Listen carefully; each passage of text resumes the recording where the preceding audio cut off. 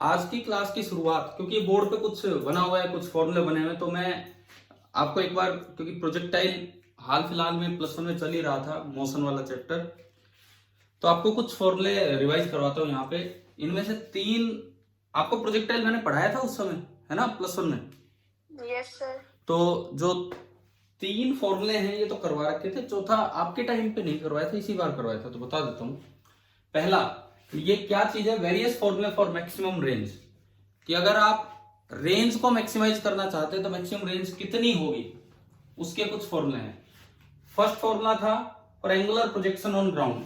आपको सभी को याद है ना कि कितने एंगल पे फेंकना होता है मैक्सिमम रेंज के लिए, 45 डिग्री पे, और मैक्सिमम रेंज उस वक्त निकल के आती है यू स्क्वायर बाई जी। अच्छा, और कोई भी केस लोगे तो maximum range u square by g के साथ ही कोई डिनोमिनेटर में एक फैक्टर आ जाएगा, और कुछ नहीं है। कैसे? दो हमने पढ़े थे incline plane, projection up the plane, projection down the plane, projection up the plane, projection down the plane, ये सब आपको प्रूव करवा रखे होंगे प्लस वन के कॉपी में आपकी में। तो अप द प्लेन फेंकोगे तो इतनी दूर नहीं जा पाएगा, लेकिन डाउन द प्लेन फेंकोगे ऊपर से नीचे तो आराम से ग्रेविटी सपोर्ट करेगी, तो आर मैक्स ज्यादा होगा, यहाँ पे आर मैक्स कम होगा। कितने एंगल पे फेंकना होता है वो भी कभी बताया था प्लस वन में, बाइसेक्ट कर दो प्लेन और वर्टिकल के बीच के एंगल को, बताया था ये चीज। हाँ जी बताओ, ध्यान आ रहा है कि नहीं आ रहा है ये सब? यहां भी बाइसेक्ट कर दो वर्टिकल और प्लेन के बीच के एंगल को, यही काम यहां था। यहां भी हमें बाइसेक्ट करना था प्लेन, ये प्लेन सीधा था, और वर्टिकल के बीच के एंगल को। मतलब अगर आपको मैक्सिमम रेंज चाहिए तो आपको प्लेन और वर्टिकल के बीच के एंगल को बाइसेक्ट करना था। यहां पे आर मैक्स आता है यू स्क्वायर बाई जी, यहां पे आता है यू स्क्वायर अपॉन जी। एक बार आता है 1 प्लस साइन थीटा नॉट, और एक बार आता है 1 minus sine theta naught. Theta naught क्या था? Angle of inclination of the plane. अब ये भी याद रखना आसान है, किसमें प्लस लेना है किसमें माइनस। जब नीचे से ऊपर फेंकेंगे तो रेंज कम होगी, ऊपर से नीचे फेंकेंगे तो आसानी से वो उतर के आएगा, ग्रेविटी सपोर्ट करेगी, रेंज ज्यादा होगी। रेंज ज्यादा करनी है तो डिनोमिनेटर कम कर दो, नीचे माइनस, और रेंज कम करनी है तो डिनोमिनेटर ज्यादा कर दो और नीचे प्लस। क्या ये दोनों बातें एक रिवाइज ही में करवा रहा हूं, याद होगी है ना ये चीजें? क्या है ये फॉर्मूले? ठीक है, बताओ, बोलो एक बार। अच्छा, अब देखो ये fourth one, angular projection from height. आप एच हाइट पे जाके किसी एंगल पे फेंकते हो, तो आप अलग अलग एंगल्स पे फेंक के देखिए, किसी एक एंगल पे रेंज मैक्सिमम मिलेगी। उस एंगल पे जिस पे रेंज मैक्सिमम मिलती है, वो आर मैक्स का फॉर्मूला क्या है? यही है यू स्क्वायर बाई जी। ये तो यहां भी है, नीचे एक फैक्टर आ जाता है, यहां नीचे फैक्टर आया 1 प्लस साइन थीटा नोट, यहां नीचे आया 1 minus sine theta note, and यहां नीचे फैक्टर आता है केवल टेन थीटा। इस तरह के छोटे रिजल्ट हमें याद रख के चलने चाहिए, क्योंकि ये एज इट इज यूज होते रहते हैं क्वेश्चन में। क्लियर? अब प्लस वन वालों को तो मैंने इसका प्रूफ भी करवाया था, आपको नहीं करवाया है ये वाला कॉन्सेप्ट, इसका प्रूफ तो ये फिर करवा देंगे, लेकिन अभी मैंने एक बार बोर्ड पे बना हुआ था इसलिए आपके लिए चारों चीजें रिवाइज करवा दी। एक बार फिर से सुनो, ये आपको पता है, ये पता है, ये पता है, ये आपके लिए नया था इस बार, कि अगर यू स्पीड से किसी एच साइड से किसी को थ्रो करते हैं तो जो ग्राउंड पे रेंज होगी वो किसी एक पर्टिकुलर एंगल थीटा के लिए मैक्सिमम होगी, लेकिन कितनी होगी उस थीटा पे जिस पे मैक्सिमम होगी? That will be u square by g into tan theta. Differentiation से ये रिजल्ट आया था। चले हम आगे बढ़े, अर्थ मैग्नेटिज्म स्टार्ट करें। क्या ये रिजल्ट आए? क्या समझ में क्या बताए? यही इनमें कोई डाउट है? बोलो, क्या ये रिजल्ट आ गए समझ में? क्या बताया मैंने? ठीक है। और अगर आप इनके प्रूफ भी चाहो तो आजकल दोबारा प्लस वन के लेक्चर रिकॉर्ड तो हो ही रहे हैं, ये एक एक चीज उनमें प्रूव की जा रही है प्लस वन की प्लेलिस्ट में।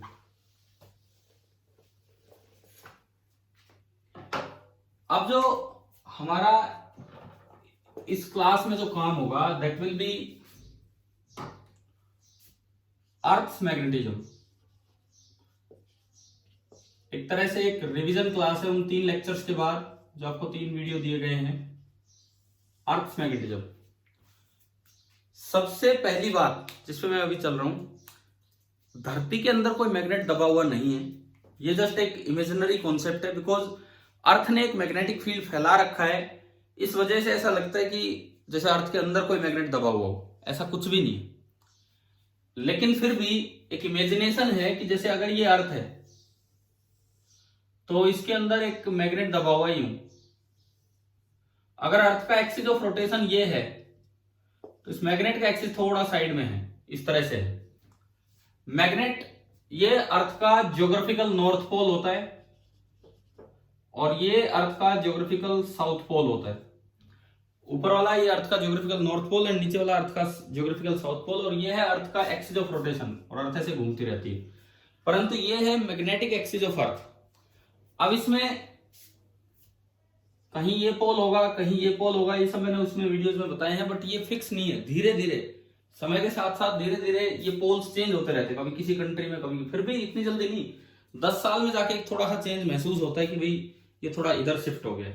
मतलब आज से कई साल पहले ये एग्जैक्ट नॉर्थ साउथ में भी रहा होगा, अब ये पोल्स खिसक गए हैं।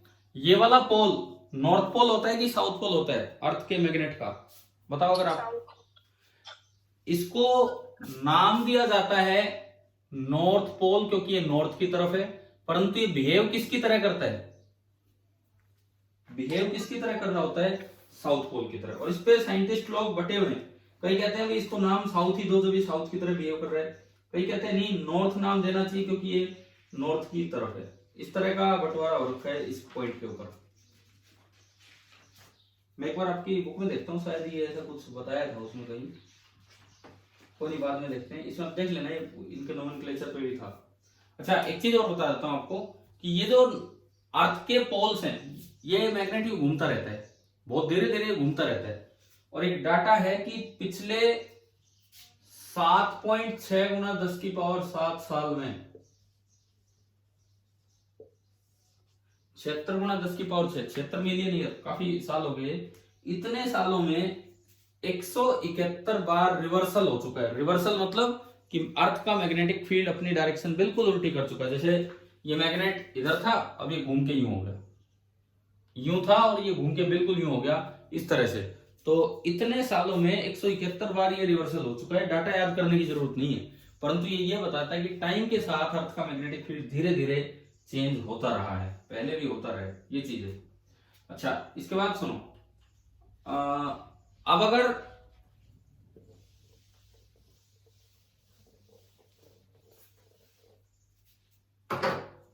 कुछ मैं मैग्नेटिक एलिमेंट्स की तरफ आऊं जो पिछले वीडियोस में पढ़ाए गए होंगे आपको, मैग्नेटिक एलिमेंट्स, तो वो क्या होते हैं। देखिए आप यहां खड़े हो, मैं यहां पे हूं, मुझे कैसे पता लगेगा नॉर्थ किधर है साउथ किधर है, बताओ एक सेकंड।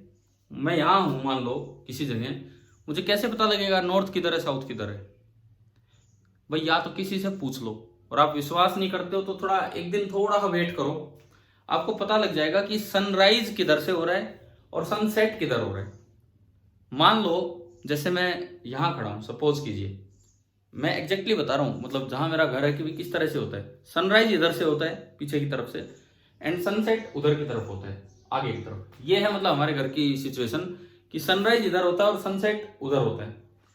तो सनराइज किस साइड से होता है बताओ वैसे, नॉर्थ वेस्ट ईस्ट ईस्ट, और सनसेट किधर होता है वेस्ट। तो मुझे ये पता लग गया कि ये ईस्ट है और वो वेस्ट है, मुझे ये क्लियर हो गया। अब मैं इस तरह खड़ा हो जाऊं कि राइट हैंड ईस्ट की तरफ हो जाए मेरा और लेफ्ट हैंड वेस्ट की तरफ, तो मेरा मुंह नॉर्थ की तरफ होगा।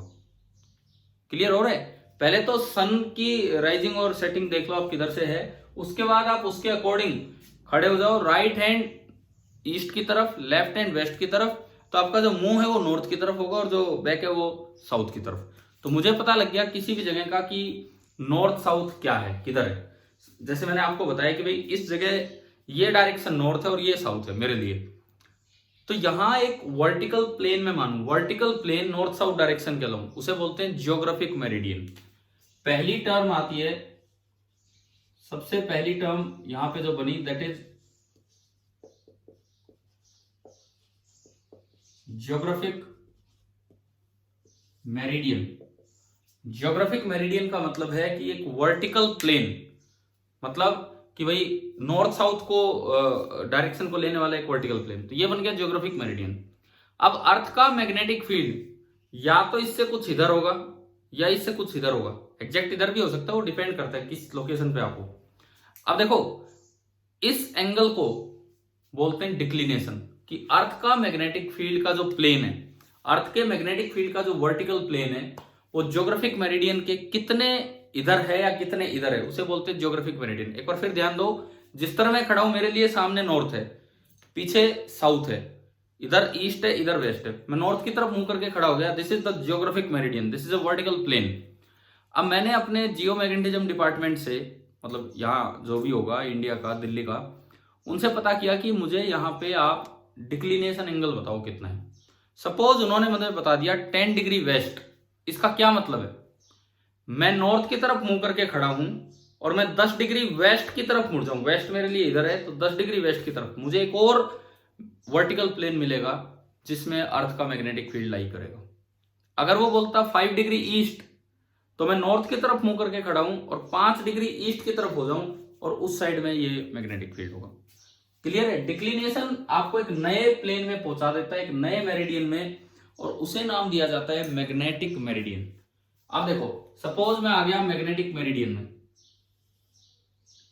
मान लीजिए मैं मैग्नेटिक मेरिडियन में आ चुका हूं and this is our magnetic meridian. इसके साइड में कहीं था geographic meridian, geographic north south. ये एक तरह से एक बुक के दो पेज हो गए, ये ज्योग्राफिक मेरिडियन, ये मैग्नेटिक मेरिडियन। अब देखो दोनों में, ज्योग्राफिक मेरिडियन में ये डायरेक्शन है हॉरिजॉन्टल डायरेक्शन और ये डायरेक्शन है वर्टिकल डायरेक्शन। मैग्नेटिक मेरिडियन में ये डायरेक्शन है हॉरिजॉन्टल डायरेक्शन और ये डायरेक्शन है वर्टिकल डायरेक्शन। तो आपको एक चीज नजर आ रही है कि दोनों प्लेन्स का वर्टिकल डायरेक्शन कॉमन है, दोनों प्लेन्स की वर्टिकल डायरेक्शन कॉमन है। दिख गया इसमें कैसे बनाई हमने, वर्टिकल लाइन कॉमन है दोनों प्लेन्स की। अब ज्योग्राफिक और मैग्नेटिक मेरिडियन के बीच का ये जो एंगल है उसे हम बोल देते हैं डिक्लिनेशन। This is declination. एक बार आप ये बताएं कि ये जो डिक्लिनेशन एंगल है ये हॉरिजॉन्टल एंगल है कि वर्टिकल एंगल है, बताओ। हॉरिजॉन्टल, क्योंकि हम यूं खड़े थे और इतना वेस्ट में गए तो हॉरिजॉन्टली हम मूव करके गए, तो इसको यूं नीचे दिखाने की बजाय आगे की तरफ दिखाना चाहिए जिससे लगे कि हॉरिजॉन्टल है। अब मैं पहुंच चुका हूं मैग्नेटिक मेरिडियन में। मैग्नेटिक मेरिडियन में आने के बाद अब यहां पे मैग्नेटिक मेरिडियन मुझे वो प्लेन मिल गया कि जहां पे जिसमें अर्थ का मैग्नेटिक फील्ड वेक्टर लाई करेगा। वो हॉरिजॉन्टल भी हो सकता है, उसका एंगल थोड़ा नेगेटिव भी हो सकता है, मतलब डिप नीचे हो जाए, कुछ थोड़ा पॉजिटिव भी हो सकता है, मतलब ऊपर हो जाए, उसे इंक्लिनेशन बोल सकते हैं। यहाँ दो एंगल डिफाइन होते हैं, डिप एंड इंक्लिनेशन। अगर मैग्नेटिक मेरिडियन में हॉरिजॉन्टल लाइन से थोड़ा नीचे की तरफ मैग्नेटिक फील्ड वेक्टर है अर्थ का, तो एंगल ऑफ डिप बोला जाएगा कितना नीचे, और थोड़ा ऊपर है तो एंगल ऑफ इंक्लिनेशन। नीचे वाला नेगेटिव बोल देते, ऊपर वाला पॉजिटिव। बाकी ये तो साइन कन्वेंशन है, नाम ज्यादा इंपॉर्टेंट है, डिप और इंक्लिनेशन। तो देखें इसमें, अब मान लो मैं यहां आ गया, हम जहां लाई करते हैं, बताओ हम नॉर्थ इंडिया में है कि साउथ इंडिया में है हम लोग? नॉर्थ इंडिया में ये डिप करता है, पी थोड़ा सा नीचे होगा। नॉर्थ इंडिया में यहां से थोड़ा सा नीचे होगा इस तरह से। ये अर्थ का मैग्नेटिक फील्ड है, कितना भी नीचे हो सकता है, वो तो डिपेंड करता है डिप एंगल कितना है। अगर मैं किसी और कंट्री में चला जाऊं या बिल्कुल केरला के एंड में चले जाएं इधर, तो वहां थोड़ा इंक्लाइन कर जाएगा, ऊपर हो जाएगा। लेकिन हम जहां हैं नई दिल्ली के आसपास, वहां ये डिप एंगल होता है। तो दूसरा जो एंगल है कि जो अर्थ का मैग्नेटिक फील्ड है, अर्थ का मैग्नेटिक फील्ड वो मैग्नेटिक मेरिडियन में हॉरिजॉन्टल लाइन से कितना नीचे या ऊपर है, उसे रिप्रेजेंट कर देते हैं हम डेल्टा से, एंड डेल्टा को बोलते हैं डिप या फिर इंक्लिनेशन। समझ गए हो कब डिप बोलना चाहिए और कब इंक्लिनेशन बोलना चाहिए? हाँ भाई क्लियर है, कब तो डिप बोलना चाहिए और कब इंक्लिनेशन, ठीक है। अब इसके बाद बी के दो कंपोनेंट कर दिए जाते हैं, एक हॉरिजॉन्टल डायरेक्शन में और एक वर्टिकल डायरेक्शन में। जो हॉरिजॉन्टल कंपोनेंट होता है उसे बी एच से रिप्रेजेंट कर देते हैं या फिर केवल एच, बी एच या एच। वर्टिकल कंपोनेंट उसे बी वी से रिप्रेजेंट कर देते हैं या फिर ओनली जेड। ये है। अब देखो इसमें एक टर्म डिफाइन होती है, मैग्नेटिक एलिमेंट्स ऑफ अर्थ। अगर मैं यहां बात करूं हम बात कर रहे हैं मैग्नेटिक एलिमेंट्स ऑफ अर्थ, इसकी हम बात कर रहे हैं मैग्नेटिक एलिमेंट्स ऑफ अर्थ। देखिए मैग्नेटिक एलिमेंट्स ऑफ अर्थ में क्या कुछ है कि सबसे पहली बात ये वो तीन एलिमेंट हैं कि अगर मुझे किसी जगह इन तीनों की वैल्यू पता हो तो मैं उस जगह कंप्लीटली, मतलब मैग्नीट्यूड भी और डायरेक्शन भी, कंप्लीटली अर्थ का मैग्नेटिक फील्ड बता सकता हूं कि कितना है और किधर है। और ये तीन एलिमेंट लिए गए, theta, delta and B H, horizontal component. अगर किसी भी जगह आपको थीटा, डेल्टा और बी एच पता हो तो आप एग्जैक्टली ये बता पाएंगे कि भाई कितना मैग्नेटिक फील्ड है और किधर है। किधर है वो तो इन दो से डिसाइड हो गया। बताओ, अभी समझाया किधर है, कैसे डिसाइड हुआ। कैसे डिसाइड हुआ, देखिए पहले नॉर्थ साउथ की तरफ खड़े हो जाओ, जियोग्राफिकल नॉर्थ साउथ। उसके बाद नॉर्थ से कितना ईस्ट या वेस्ट में जाना है, वो एंगल हो गया थीटा डिक्लिनेशन। उसके बाद वहां डिप है कि इंक्लिनेशन कितना, वो डेल्टा हो गया। वो आपको एग्जैक्ट डायरेक्शन मिल गई कि अर्थ का मैग्नेटिक फील्ड यहाँ किधर है और कितना है। ठीक है, अब डायरेक्शन आने के बाद केवल या तो ये कंपोनेंट पता हो या ये कंपोनेंट पता हो, उससे मैं बी का मैग्नीट्यूड निकाल देता। कैसे, देखिए ये डेल्टा एंगल है, ये डेल्टा एंगल है। अगर मैं इस ट्रायंगल में साइन डेल्टा की बात करूं, साइन डेल्टा, तो कितना होगा, परपेंडिकुलर, मतलब बी वी अपॉन हाइपोटेन्यूज। अगर मैं इस ट्रायंगल में कोस डेल्टा की बात करूं, कोस डेल्टा कितना होगा, B H upon B. Delta हमें पता है, वो हमने मैग्नेटिक एलिमेंट में शामिल कर रखा है। तो बीवी या बीएच में से एक भी चीज का अंदाजा होता तो बी कैलकुलेट हो जाता। बीवी या बीएच में से एक भी चीज का अंदाजा होता तो बी कैलकुलेट हो जाता। तो इन्होंने क्या किया, बीवी को छोड़ दिया और बीएच को ले लिया कि हॉरिजॉन्टल कंपोनेंट को आप बना दो तीसरा मैग्नेटिक एलिमेंट, वो ज्यादा काम आता है वर्टिकल की बजाय। तो इसीलिए इन तीनों को बोला गया मैग्नेटिक एलिमेंट्स ऑफ अर्थ। पहले दो तो बता रहे हैं आपको डायरेक्शन, और जो बाद वाले दो हैं बीएच और डेल्टा, इस इक्वेशन से ये आपको बता देंगे बीएच और delta magnitude of earth magnetic field. तो अर्थ के मैग्नेटिक एलिमेंट होते क्या है, क्या है, ये समझ में आ गया आपको यहां तक। ठीक है, अर्थ का मैग्नेटिक एलिमेंट क्या होता है ये आपको क्लियर हो गया होगा। अब देखो आगे देखिए आप इसके बाद,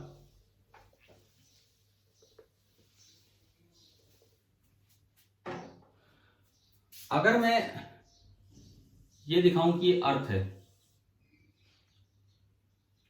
अर्थ का जो मैग्नेटिक एक्सिस है वो थोड़ा सा टिल्टेड होगा, ये मैग्नेटिक एक्सिस ऑफ अर्थ है।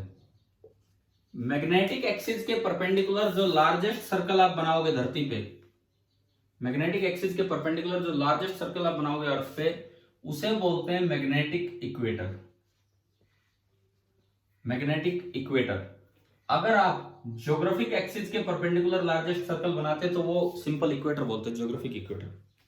ये मैग्नेटिक इक्वेटर बताओ इंडिया में से पास होता है कि नहीं होता है? होता है। कैसे पता लगा? वो वीडियो देखे उनसे पता लगा या वैसे पता था आपको? सर पता नहीं सर। अरे मैं पूछ रहा हूँ वो अटेंड किए क्या, उन्हीं से पता लगा है क्या? बस मैं ये बात पूछ रहा हूँ आपसे और कुछ नहीं। चलो फिर दोबारा पूछता हूँ, कितने बच्चों को पता है कि मैग्नेटिक इक्वेटर इंडिया से पास होता है? बिकॉज हमारे दिमाग में क्या होता है कि इक्वेटर तो नीचे निकल लेता है और हम तो नॉर्दर्न हेमिस्फीयर में हैं, लेकिन मैग्नेटिक इक्वेटर थोड़ा सा ऊपर की तरफ होता है और वो इंडिया से पास हो रहा होता है, केरला स्टेट से और इधर से जा रहा होता है। लेकिन हम नॉर्थ इंडिया की बात करें तो वो ऊपर है, इससे ऊपर ऊपर वाला पार्ट बोला जाएगा नॉर्दर्न हेमिस्फीयर। ये जो पार्ट है दिस इज नॉर्दर्न हेमिस्फीयर, और इससे नीचे नीचे वाला पार्ट बोला जाएगा सदर्न हेमिस्फीयर। इस तरह से है, मैग्नेटिक मैपिंग कर रहे हैं हम कि भाई इसके अकॉर्डिंग ये मैग्नेटिक इक्वेटर है तो क्या होगा। अब देखो जो मैग्नेटिक इक्वेटर होता है वहां पे जो मैग्नेटिक फील्ड है वो बिल्कुल हॉरिजॉन्टल होता है। मतलब एक बार आप मैग्नेटिक मेरिडियन में पहुंच गए, मैग्नेटिक इक्वेटर पे एक बार आप मैग्नेटिक मेरिडियन में पहुंच गए तो जो निडल है वो बिल्कुल सीधी रहेगी, ना नीचे जाएगी ना ऊपर जाएगी। इसका मतलब मैग्नेटिक इक्वेटर पे डिप एंगल कितना होता है? 0। और जो मैग्नेटिक पोल्स होते हैं, मैग्नेटिक पोल्स, वहां पे डिप एंगल होता है 90 डिग्री। यहां पे तो डिप 90 होगा एंड यहां पे इंक्लिनेशन 90 होगा। यहां पे डिप 90 होगा और नीचे इंक्लिनेशन 90 होगा।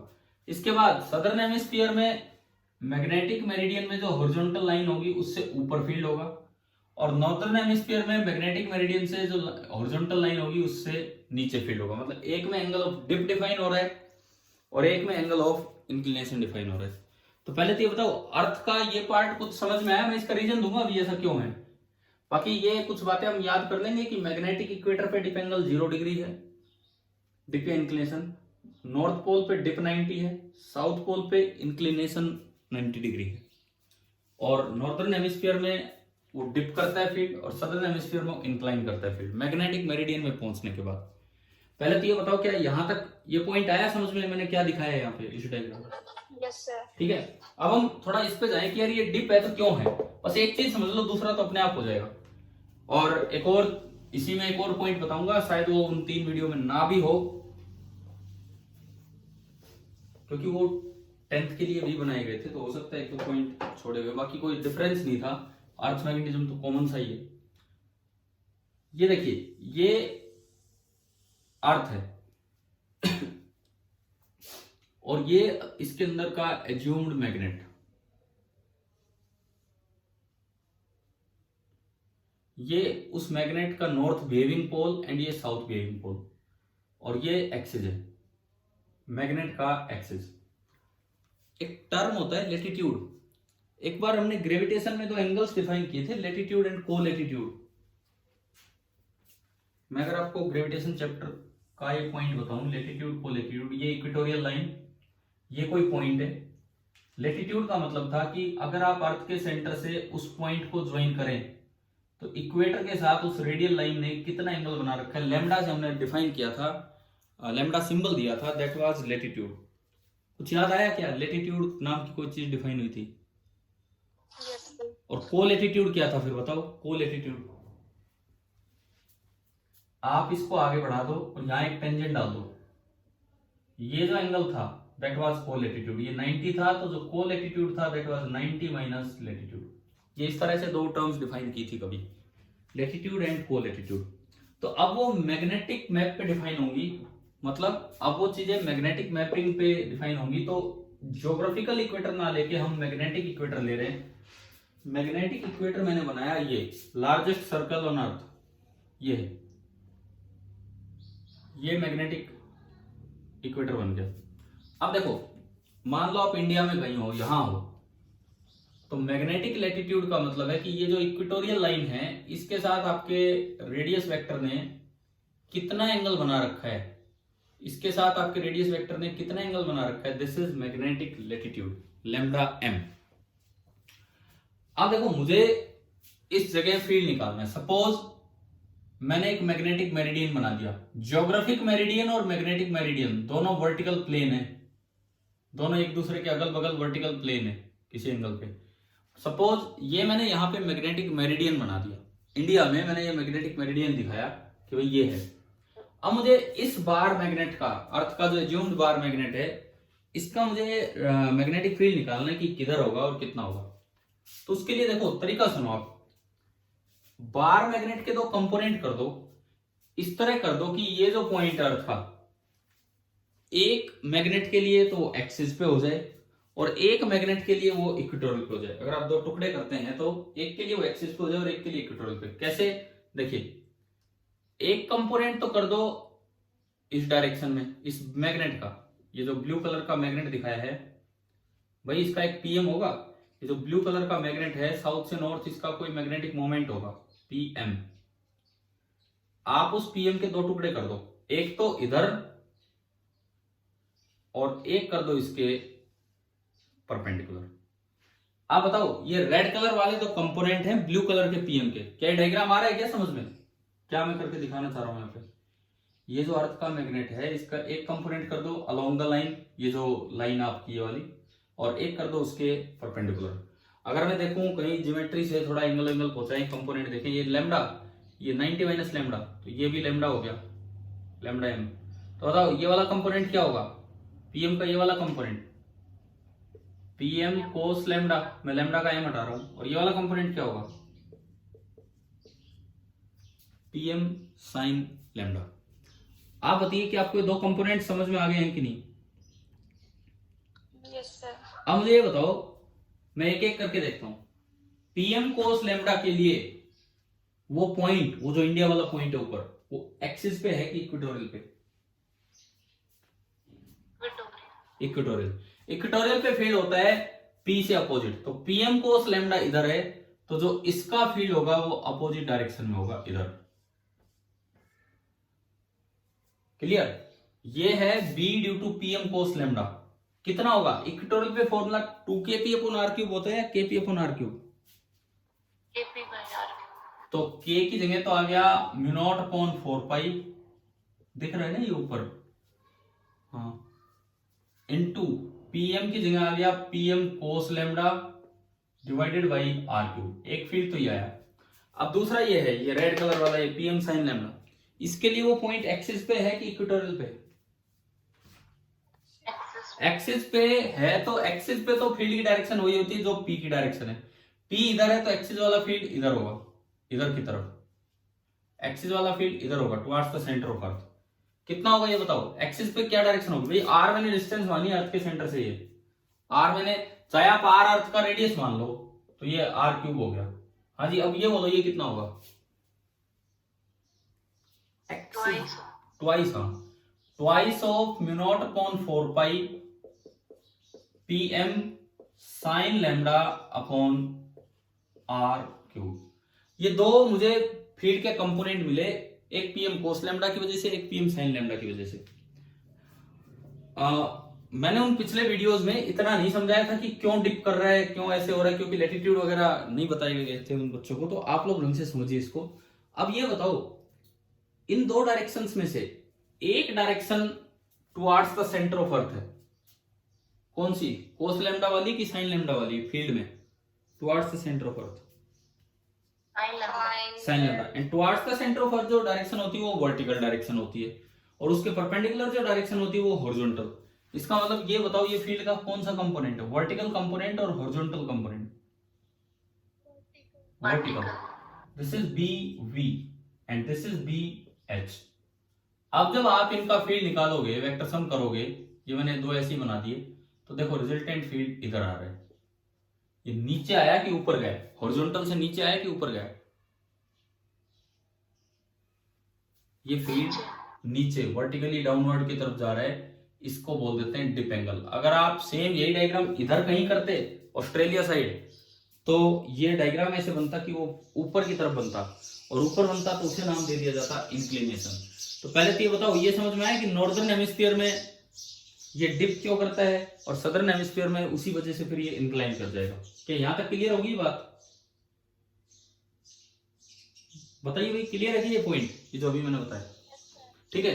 अब इस इतना कर लिया आपने, तो एक और भी काम आ जाएगा। अब तो आसान रिलेशन जो अच्छे सवालों में यूज होते हैं, हमने मैग्नेटिक मेरिडियन पढ़ा था, हम मैग्नेटिक मेरिडियन में एक चीज पढ़ रहे थे कि ये है बी एच, ये है बी वी, और ये आपका बी था, और इसको बोला डेल्टा। आप एक बार यहां से बताओ, टेन डेल्टा कितना है इस ट्रायंगल से, टेन डेल्टा बोलो, b v by b h, और एक बार b v by b h यहां से निकाल लो इनको डिवाइड करके। जब मैं यहां से B V upon B H करूंगा, B V upon B H, P M से पी एम गया, आर क्यूब से आर क्यूब गया, म्यू नॉट अपॉन 4 पाई से म्यू नॉट अपॉन 4 पाई। अब थोड़ा ध्यान दो, बीवी में तो ऊपर बचा 2 साइन लैम्डा,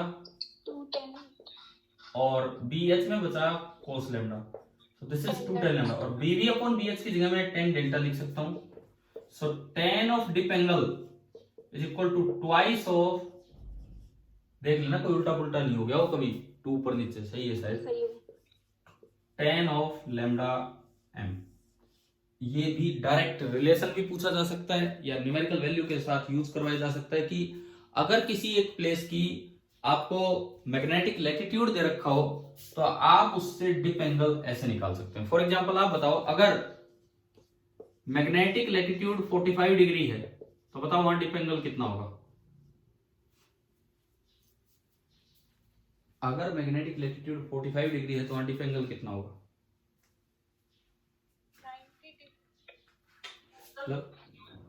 फॉर्मूला लगाओ ना, बताओ। 63 देखो, अगर आप यहाँ 45 रखते हो तो 1 हो गया 10 45, तो 10 लेमडा आया 2, तो लेमडा सॉरी डेल्टा आपका आया 10 इनवर्स 2, वो नियरली होता है 63 डिग्री। वो डिपेंड करता है ऑप्शन किस तरह के दे रखे, एग्जैक्टली 63 नहीं होता, 62 पॉइंट कुछ मिनट या 63 पॉइंट कुछ मिनट ऐसा होता है, पर हम नियरली याद रखते हैं क्या है। तो भाई ये रिलेशन आप जरूर याद करना, उन वीडियोस में ये एक्सप्लेनेशन नहीं थी तो ये रिलेशन भी नहीं था। अब ये रिलेशन आपको आ गया होगा समझ में। आप खुद ट्राई करना चाहे तो देख सकते हैं कि सदर्न हेमिस्फीयर में ये इंक्लाइन क्यों करेगा और इवन इक्वेटर पे डिप एंगल 0 क्यों होगा। इस मैंने एक मेथड आपको बताया है कि किस तरह से यूज करना होता है। चलें इसमें आगे बढ़े हम, या आगे तो समझ में इतना।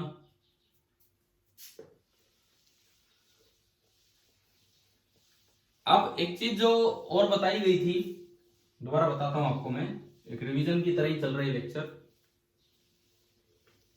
आपने वो 3 वीडियो अगर देखे हो तो तीसरे लेक्चर में कोई सीपीपी असाइन कर रखा था, उसके साथ लिंक कर रखा था? अरे नहीं देखे। कोई बात नहीं, मैं आपको आपके ग्रुप पे दोबारा वो सीपीपी डाल दूंगा, इसके साथ लिंक करके डाल दूंगा, मतलब आपके क्लास का नाम डाल के इस तरह से। अगर सारे नहीं भी देखे तो, लेकिन आपको देखने हैं, कल टाइम नहीं मिला होगा कोई नहीं, आज टाइम मिलेगा, इस क्लास के बाद वो समझने आसान हो जाएंगे। मैं फिर से बोलता हूं, अर्थ मैग्नेटिज्म पार्ट 1, पार्ट 2, पार्ट 3, इस तरह से 3 लेक्चर आपको दिए गए हैं। इसमें तो कुछ और भी बातें मैंने बता दी जैसे मैग्नेटिक लैटिट्यूड वाली, लेकिन इसके साथ अब वो 3 लेक्चर जरूर देखना। आपकी प्लेलिस्ट में पहले मैंने डाल दिया, आपके ग्रुप पे भी डाल रखे हैं, ठीक है। और जो उनमें सीपीपी है दोबारा आपके लिए दे दिया जाएगा करने के लिए। अब देखो आगे देखिए, इसके बाद एक चीज होती कि मैग्नेटिक कंपास और एक होता है डिप सर्कल। मैग्नेटिक कंपास से अक्सर हम हॉरिजॉन्टल मूवमेंट लेते हैं निडल का, और डिप सर्कल से अक्सर हम वर्टिकल मूवमेंट लेते हैं निडल का। और अगर आप मैग्नेट को फ्रीली सस्पेंड कर दो, जब तो जिधर भी है उधर जाके रुक जाएगा। अगर आप किसी जगह एक मैग्नेट को फ्रीली सस्पेंड कर दो तो जिधर भी है वो उधर जाके रुक जाएगा। लेकिन अगर आपने केवल उसको रोक रखा है कि भाई वो केवल हॉरिजॉन्टली मूव करे, तो वो केवल आपको थीटा बता पाएगा, डेल्टा नहीं बता पाएगा। वर्टिकली मूव करे तो केवल डेल्टा बता पाएगा, थीटा नहीं बता पाएगा। तो अब मैं वो चीजें आपको सिखाता हूं। तो देखिए, एक बड़ा अच्छा सा टॉपिक है मेजरमेंट ऑफ डिप। भाई आपके नीट एग्जाम के लिए ना ये अर्थ मैग्नेटिज्म बहुत इंपॉर्टेंट है, क्योंकि लगभग इस पे ठीक ठाक से सवाल आते रहे हैं। मेजरमेंट ऑफ डिप पे डायरेक्ट फॉर्मूला आ गया था कुछ साल पहले, डायरेक्ट फॉर्मूला, जो हम ये 2-3 फॉर्मूले निकालते हैं वो सीधा बन के आया कि ये बताओ क्या होगा मेजरमेंट ऑफ डिप। ये देखिए, पहला तरीका, केस फर्स्ट, आपको मैग्नेटिक मेरिडियन का पता है, आपको पहले से ही पता है, किसी ने आपको बता रखा है, जियो मैग्नेटिज्म डिपार्टमेंट ने आपको बता रखा है भाई इस जगह का मैग्नेटिक मेरिडियन ये है। भाई ये जो जियो फिजिक्स है, जियो मैग्नेटिज्म है, ये एक बड़ी इंटरेस्टिंग ब्रांच है फिजिक्स की। स्पेशली इसमें एमएससी करते हैं बच्चे, स्पेशली इस लाइन में बीटेक भी करते हैं। दोनों चीजें हैं नॉन मेडिकल वाले बच्चों के लिए, और इवन आईआईटी से एमएससी जियो फिजिक्स में होती है तो बच्चे जाते भी हैं वहां पे, बट वो नॉन मेडिकल वाले पार्ट आ गए। हमें तो अभी अपने नीट एग्जाम के लिए पढ़ना है, ये लगा लो। तो ये कोई मैग्नेटिक मेरिडियन है और मैं इंडिया की बात कर रहा हूं। तो आप एक डिप सर्कल लीजिए, एक डिप सर्कल में अगर निडल बीच में होगी, बीच में पॉइंटेड होती है, डिप सर्कल में अगर ये कील बीच में लगा रखी है तो ड्यू टू ग्रेविटी वो निडल अपने आप फॉल नहीं करेगी। आपको मैंने कभी +1 में सिखाया है स्टेबल अनस्टेबल न्यूट्रल इक्विलिब्रियम। एक बार कील नीचे लगा दी, एक बार कील ऊपर लगा दी, और एक बार कील बीच में लगा दी। +1 में सिखाया था और शायद उन 3 वीडियोस में भी हो। देखो ये यहाँ रुका रह सकता है, रोटेशनल इक्विलिब्रियम, ये भी रुका रह सकता है, ये भी रुका रह सकता है। परंतु अगर आप इसको थोड़ा सा भी टर्न करोगे छोड़ोगे तो क्या होगा बताओ? अगर मैंने इसको थोड़ा साइड में करके और छोड़ दिया तो क्या होगा? ये वापस जाएगा, वहीं रुक जाएगा या और नीचे आएगा? नीचे आएगा। तो ये कौन सा इक्विलिब्रियम है? अनस्टेबल। अगर सेंटर ऑफ ग्रेविटी, अगर सेंटर ऑफ मास बोल लो, जी सेंटर ऑफ ग्रेविटी बोल लो, सेंटर ऑफ ग्रेविटी अगर सस्पेंशन पॉइंट के ऊपर है, जस्ट उसी वर्टिकल लाइन में है, अगर देखो कब इक्विलिब्रियम होता है, ये थोड़ा थोड़ा मैं रोटेशन को शामिल कर रहा हूं यहाँ पे। अगर सस्पेंशन पॉइंट मतलब ये कील लगाने वाला पॉइंट और centre of gravity same vertical line में है तो वो बॉडी इक्विलिब्रियम में है। अगर सेंटर ऑफ ग्रेविटी ऊपर है तो वो अनस्टेबल इक्विलिब्रियम है। इसमें देखो, इसमें सेंटर ऑफ ग्रेविटी नीचे है और सेम वर्टिकल लाइन में है। आप अगर इसको थोड़ा सा साइड में ले जाके छोड़ोगे तो क्या होगा बताओ? वापिस आएगा। तो ये कौन सा इक्विलिब्रियम है? स्टेबल। इसमें क्या होता है, आप कहीं घुमा के छोड़ दो नहीं जाएगा। आपको लगता होगा कि यार ये चला जाएगा, पर ये नहीं जाएगा। क्यों? ये हिस्सा नीचे आना चाहेगा परंतु ये हिस्सा भी वापस आना चाहेगा, तो ये हिस्सा भी नीचे आना चाहेगा, ये वापस। तो जब पॉइंट ऑफ सस्पेंशन और सेंटर ऑफ ग्रेविटी एक ही जगह होती है तो जहां छोड़ दोगे वहीं रुक जाएगा। तो ये होता है न्यूट्रल इक्विलिब्रियम। तो ये डिप सर्कल में ये निडल न्यूट्रल इक्विलिब्रियम में होती है, मतलब ड्यू टू वेट तो ये फॉल नहीं करेगी, ड्यू टू वेट ये फॉल नहीं करेगी। इसमें एक साइड एरो होगा, ये उसका नॉर्थ पोल, ये उसका साउथ पोल। अब अगर आपको मैग्नेटिक मेरिडियन का पता है और फिर आप डिप मेजर करना चाहते हो तो डिप सर्कल लो और मैग्नेटिक मेरिडियन में उसे लेके खड़े हो जाओ तो अपने आप वो डिप थोड़ा नीचे दिखा देगा। ये कितना नीचे गई needle, this is the true dip at that place. Case first, measurement बड़ा आसान। आ गया समझ में? पहला केस तो क्या है, अगर आपको मैग्नेटिक मेरिडियन पता था तो। दूसरा केस देखो, अब ये मैंने क्यों बताया बीच में ये साइड वाला काम, किसी बच्चे को यूं नहीं लगना चाहिए कि यार ये तो अपने वेट की वजह से झुक जाएगी। वेट की वजह से नहीं झुकेगी क्योंकि वो बीच में से पॉइंटेड होती, पाइवोटेड होती। केस सेकंड देखते हैं। केस फर्स्ट में तो आपको डायरेक्ट ट्रू डिप मिल गया। केस सेकंड में आपको डिप एंगल मेजर करना है डिप सर्कल से। आपको मैग्नेटिक मेरिडियन का भी पता है परंतु डिप सर्कल किसी दूसरे वर्टिकल प्लेन में फिक्स है। आपको ये पता है कि जैसे ये आपका कोई वर्टिकल प्लेन है, this is any vertical plane. आप ये जानते हो कि मैग्नेटिक मेरिडियन है कहीं साइड में है। मैग्नेटिक मेरिडियन की हॉरिजॉन्टल लाइन ये है, मैग्नेटिक मेरिडियन की वर्टिकल लाइन ये है। ये कोई भी वर्टिकल प्लेन है, एनी वर्टिकल प्लेन, इसकी हॉरिजॉन्टल लाइन ये है और वर्टिकल लाइन कॉमन है। और इन दोनों के बीच का कुछ भी एंगल मान लो, इन दोनों के बीच का हॉरिजॉन्टल एंगल है सपोज कीजिए अल्फा। अब कोई ज्योग्राफिक मेरिडियन नहीं है, मेरे पास मैग्नेटिक मेरिडियन है। अब देखिए सुनो, आप डिप सर्कल लेके खड़े हो इस वर्टिकल प्लेन में, एनी वर्टिकल प्लेन में आप डिप सर्कल लेके खड़े हो और वो डिप निडल गई इधर, तो ये जो डिप मेजर होता है डेल्टा डैश में लिख रहा हूं, ये ट्रू डिप नहीं है, इसे बोलते हैं अपेरेंट डिप। ये ट्रू डिप नहीं है, इसे बोलते हैं अपेरेंट डिप। और ये थोड़ी ज्यादा होती है ट्रू डिप से, ये थोड़ी ज्यादा होती है ट्रू डिप से। अब देखते हैं कि क्या है, क्यों है, किस तरह से है। मैग्नेटिक मेरिडियन में कंप्लीट फील्ड प्रेजेंट था अर्थ का।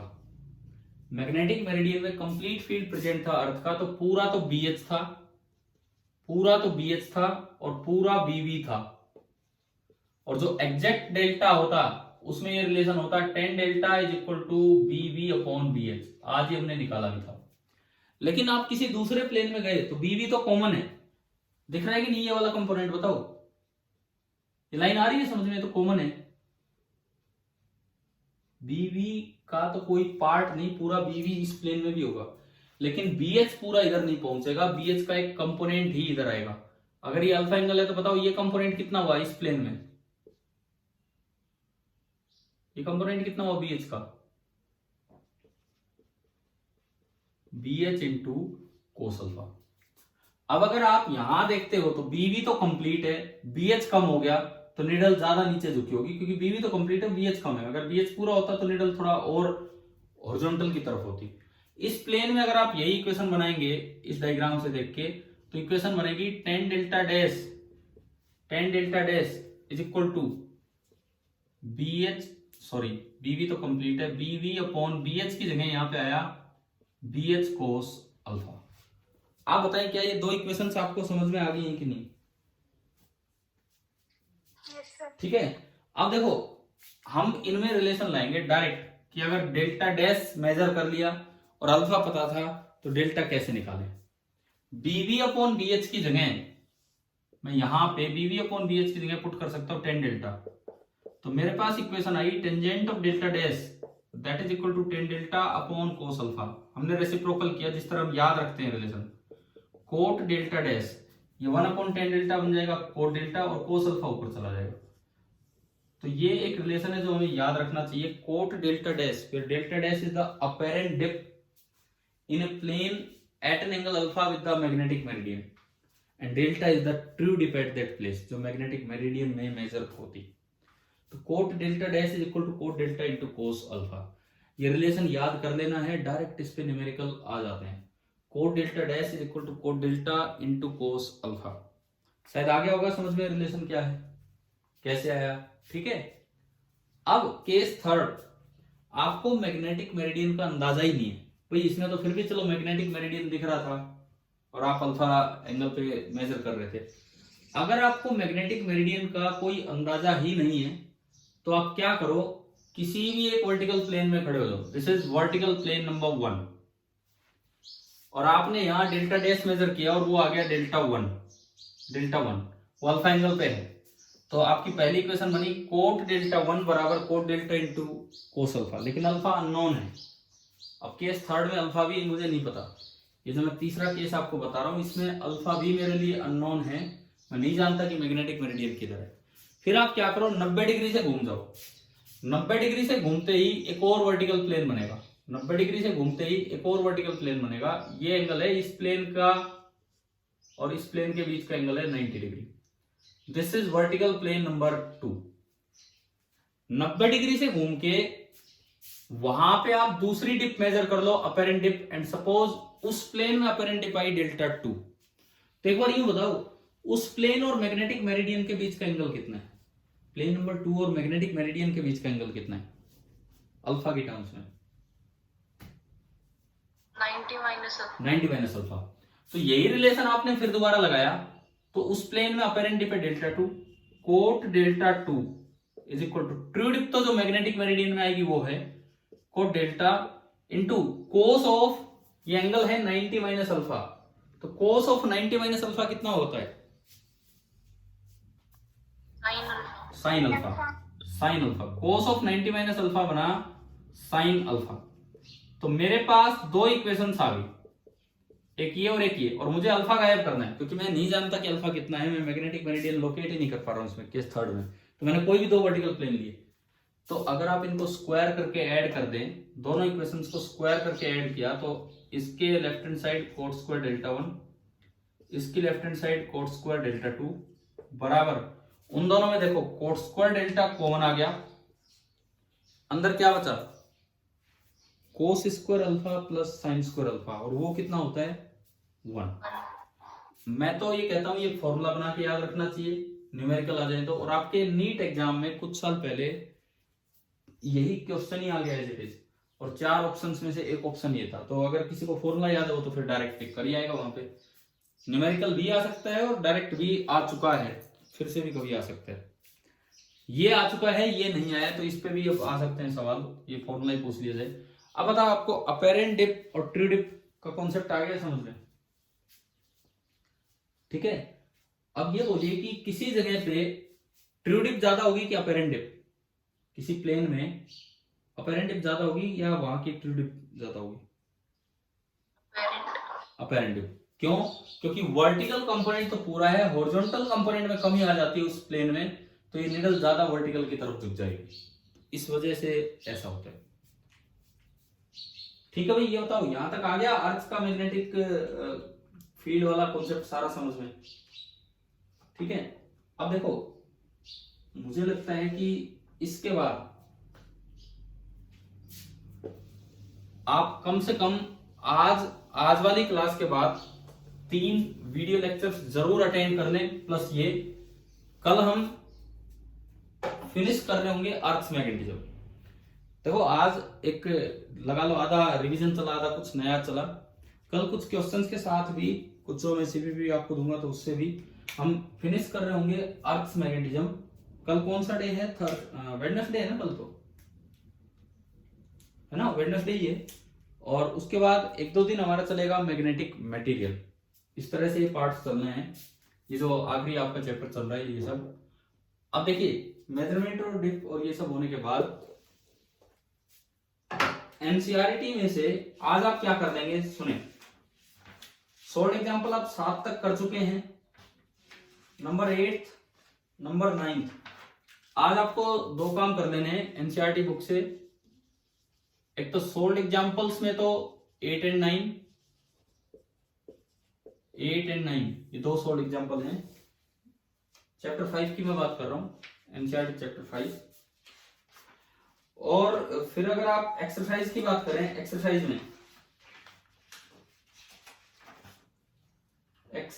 में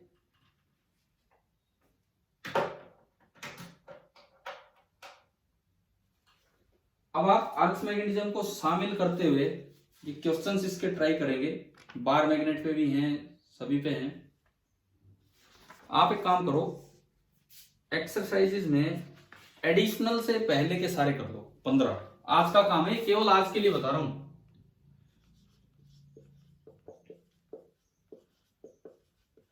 एक्सरसाइजेज में डाउट आए तो आप भेजना यार बीच में, आप व्हाट्सएप पे तो भेजते ही नहीं हो, कोई 1-2 बच्चे ही भेजते हैं। एक्सरसाइजेज में 1 से लेकर 15 तक आप ये ट्राई कीजिए। बाकी फिर इसके बाद जो 1 से 15 के बाद हैं कुछ क्वेश्चंस वो हम बाद में लेंगे। अब मैं यहाँ पे एक चीज आपको सिखाता हूँ, आज का आखिरी काम इन्हीं क्वेश्चंस में से। ये आपने देख लिया 2 शॉर्ट एग्जांपल दिए, मतलब शॉर्ट एग्जांपल आपके हो गए 1 to 9 अगर पीछे के नहीं किए हैं तो। एंड एक्सरसाइजेज के 1 से 15 अर्थ मैग्नेटिज्म तक ये काम हो जाना चाहिए। देखो एक चीज होती है न्यूट्रल पॉइंट या नल पॉइंट। अर्थ के आसपास, अर्थ के ऊपर किसी जगह पे नल पॉइंट का क्या मतलब है? नल पॉइंट ऑन अर्थ,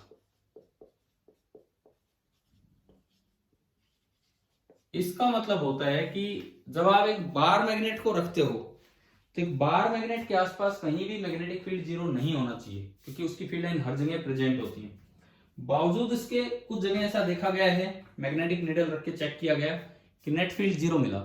तो अगर बार मैग्नेट के अराउंड कोई ऐसा पॉइंट मिलता है कि जहां नेट फील्ड 0 है, तो कैसे 0 होगा? जरूर वहां अर्थ के मैग्नेटिक फील्ड ने उसका फील्ड कैंसिल आउट कर दिया होगा। अर्थ का जो मैग्नेटिक फील्ड होता है इन जनरल नियरली अप्रोक्सीमेटली वो होता है फ्रॉम साउथ टू नॉर्थ। अर्थ का जो मैग्नेटिक फील्ड होता है, थोड़ा बहुत डिक्लिनेशन होता है, उसको हम इग्नोर कर जाते हैं ऐसे सवालों में। नियरली वो होता है साउथ से नॉर्थ। अब देखो मैंने एक हॉरिजॉन्टल प्लेन बनाया, बोर्ड पे दिख वर्टिकल रहा है लेकिन ये एक हॉरिजॉन्टल प्लेन है। This is a horizontal plane. अब इस हॉरिजॉन्टल प्लेन में 4 मैंने डायरेक्शन दिखाई, east, west, this is geographical north and this is geographical south. सबसे पहली बात, अर्थ का मैग्नेटिक फील्ड का हॉरिजॉन्टल कंपोनेंट, वर्टिकल को छोड़ो, हॉरिजॉन्टल कंपोनेंट की मैं बात कर रहा हूं, किधर से किधर होता है? साउथ से नॉर्थ की नॉर्थ से साउथ? अर्थ के फील्ड का हॉरिजॉन्टल कंपोनेंट। अच्छा ये बताओ, एक बार मैग्नेट को मैं फ्रीली सस्पेंड करता हूं तो उसका जो मैग्नेटिक मोमेंट है वो किधर चला जाता है? साउथ से नॉर्थ की नॉर्थ से साउथ? साउथ से नॉर्थ। साउथ से नॉर्थ, क्योंकि उसका नॉर्थ पोल नॉर्थ की तरफ जाता है, साउथ से नॉर्थ। और जो स्टेबल इक्विलिब्रियम होता है उसमें पी हमेशा बी की तरफ जाने की कोशिश करेगा। टॉर्क इस तरह लगता है फील्ड का कि फील्ड हमेशा पी को अपनी डायरेक्शन में लाने की कोशिश करेगा। तो अब दोबारा सुनो, आपने एक मैग्नेट को फ्रीली सस्पेंड किया तो उसका पी चला गया, उसका मैग्नेटिक मोमेंट चला गया साउथ से नॉर्थ। इसका मतलब जो अर्थ का फील्ड है वो उसी की डायरेक्शन को शो करे। तो बताओ अर्थ का फील्ड साउथ से नॉर्थ होगा, नॉर्थ से साउथ होगा? अर्थ का फील्ड, अर्थ के ऊपर हॉरिजॉन्टल कंपोनेंट साउथ से नॉर्थ होगा कि नॉर्थ से साउथ होगा? बोलो, दोबारा बोलो। अगर नहीं आया समझ में फिर बताता हूं। आप एक मैग्नेट को फ्रीली सस्पेंड करते हो, बताओ उसका नॉर्थ पोल किधर जाता है? अर्थ के नॉर्थ की तरफ कि अर्थ के साउथ की तरफ? नॉर्थ की तरफ। नॉर्थ की तरफ। उसका मैग्नेटिक मोमेंट मैग्नेट का होता है from south pole to north pole. तो यानी कि मैग्नेटिक मोमेंट की जो डायरेक्शन है वो अर्थ के नॉर्थ की तरफ है, यानी कि उसके मैग्नेटिक मोमेंट की डायरेक्शन अर्थ के नॉर्थ की तरफ है। और फील्ड कोई भी होगा वो इस तरह मैग्नेट पे टॉर्क लगाता है, डाइपोल पे टॉर्क लगाता है कि वो पी को बी की तरफ, पी को फील्ड की तरफ लाने की कोशिश करे। उसका पी अपने आप चला गया नॉर्थ की तरफ, यानी कि जो बी था, अर्थ का जो बी था वो पहले से ही नॉर्थ की तरफ था। तो अब मैं पूछता हूं आपसे, अर्थ के मैग्नेटिक फील्ड का हॉरिजॉन्टल कंपोनेंट की डायरेक्शन साउथ से नॉर्थ की तरफ होती है कि नॉर्थ से साउथ की तरफ होती है धरती के?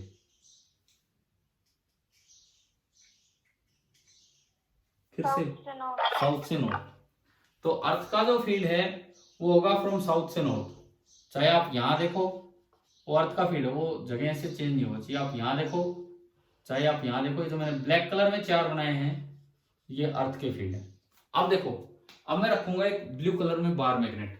सपोज कीजिए मैंने धरती पे एक बार मैग्नेट रखा, एक बार मैंने बार मैग्नेट यूं रखा, एक बार मैंने बार मैग्नेट यूं रखा कि जब नॉर्थ पोल मैंने नॉर्थ की तरफ रख दिया और साउथ पोल साउथ की तरफ। अब आप बार मैग्नेट की फील्ड लाइंस बनाओ। बार मैग्नेट की फील्ड लाइन एक्सिस पे तो फील्ड होगा पी की डायरेक्शन में, ये इसका पी है, इसका फील्ड एक्सिस पे तो यूं ही होगा, लेकिन इक्वेटोरियल पे किधर होगा?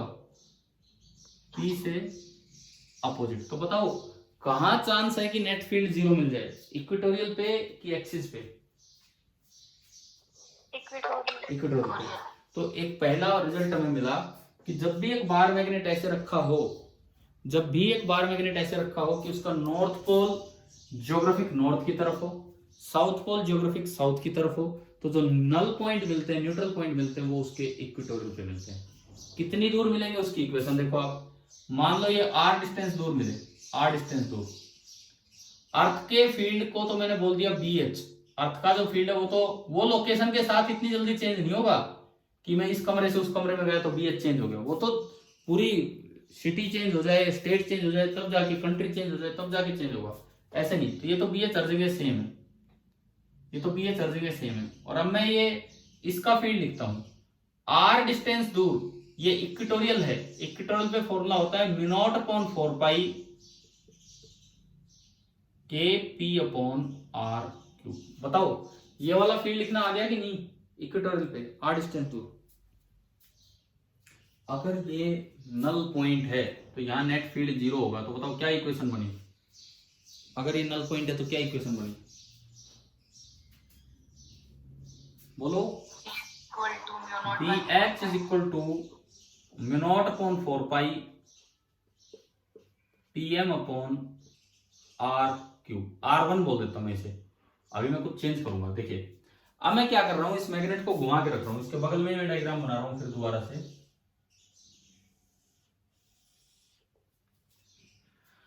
अब मैं इस मैग्नेट को घुमा के रखूंगा इस तरह से। सुनिए पहले तो मैं वो डायरेक्शंस दिखा दूं, east, west, north and south. Earth का जो फील्ड है वो तो फिक्स है, बी एच तो इधर होगा साउथ से नॉर्थ, चाहे आप यहां देखो साउथ से नॉर्थ, चाहे आप एक्सिस पे देखो साउथ से नॉर्थ, ऐसे होगा। अब मैंने मैग्नेट को पलट के रख दिया कि मैग्नेट का जो साउथ पोल है वो तो रख दिया अर्थ के नॉर्थ की तरफ, और जो मैग्नेट का नॉर्थ पोल है वो रख दिया अर्थ के साउथ की तरफ। अब बताओ मैग्नेट की फील्ड लाइंस कैसे बनेंगी? एक्सिस पे तो फील्ड आएगा इसके पी के अलोंग, इसका पी तो यूं है, इसका जो पी है वो यूं है, तो एक्सिस पे तो फील्ड आएगा पी के अलोंग यूं और यूं, और इक्वेटोरियल पे आएगा पी से अपोजिट। अब बताओ कहां चांस है नल पॉइंट मिलने के? एक्सिस पे। सपोज कीजिए एक्सिस पे R2 डिस्टेंस दूर, R2 उधर मानो तो इधर मानो, R2 डिस्टेंस दूर नल पॉइंट है, तो एक्सिस पे यहां फील्ड कितना होगा? R2 डिस्टेंस दूर। एक्सिस पे फॉर्मूला होता है 2 टाइम्स इसकी वजह से mu naught upon 4 pi PM upon R cube, और ये हो गया R2 का क्यूब। चलो ये बना, BH तो चेंज होना नहीं, जो BH यहां था वही यहां है, तो वो तो सेम है। अब बताओ अब क्या इक्वेशन बनेगी नल पॉइंट पे? पहली बात ये भी याद रखना है, देखो एक पॉइंट याद रखना, अगर अर्थ का अगर बार मैग्नेट का नॉर्थ पोल, अगर बार मैग्नेट का नॉर्थ पोल अर्थ के ज्योग्राफिक नॉर्थ की तरफ है, तो नल पॉइंट कहां मिलते हैं? इक्वेटोरियल पे। और अगर बार मैग्नेट का नॉर्थ पोल अर्थ के साउथ की तरफ रख दिया तो नल पॉइंट कहां मिलेंगे? उसके एक्सिस पे। या तो याद रखो या फिर ये सोच लो इतनी देर में कैसे हुआ। अब बताओ वहां इक्वेशन क्या बनेगी? दूसरी इक्वेशन बोलो। BH is equal to 2 times mu naught upon 4 pi PM upon R2 cube. आप बताइए क्या ये दोनों इक्वेशन समझ में आई? कैसे लिखी है हमने?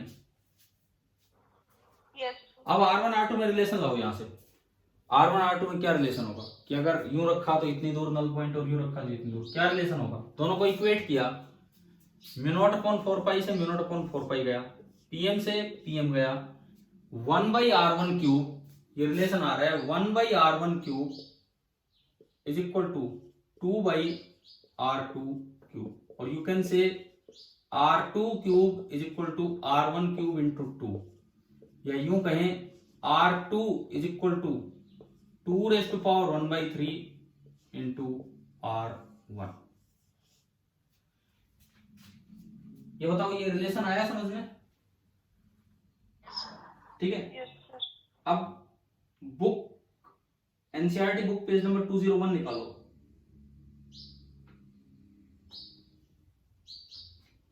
NCERT book page number 201। देखो अभी आपकी अगली कोई क्लास नहीं है, मैं जस्ट आपको एक काम दे रहा हूं अभी, जस्ट अभी के लिए। ये जो मैंने अभी बताया ना, आप इसके बाद पेज नंबर 201 पे एक्सरसाइजेस का क्वेश्चन नंबर 5.13 देन 5.14, ये दो सवाल आप अभी ट्राई करेंगे। ठीक है, जस्ट अगले 5-10 मिनट में। इस पे बेस्ड है, इस पे ये जो मैंने अभी सिखाया। बताओ करोगे ना ये वाले क्वेश्चन अभी 13 एंड 14? ठीक है, तो इससे आगे फिर हम बाद में पढ़ते हैं। और शायद मुझे लगता है कल तक आप ये सारा काम भाई करके रखना, जो होमवर्क दिया वो भी अर्थमैग्नेटिज्म को कल फिनिश कर रहे होंगे डाउट्स के साथ। और आज जो कल के जो 3 लेक्चर्स भेजे थे वीडियो लेक्चर्स, वो भी अटेंड करके रखना। Thank you.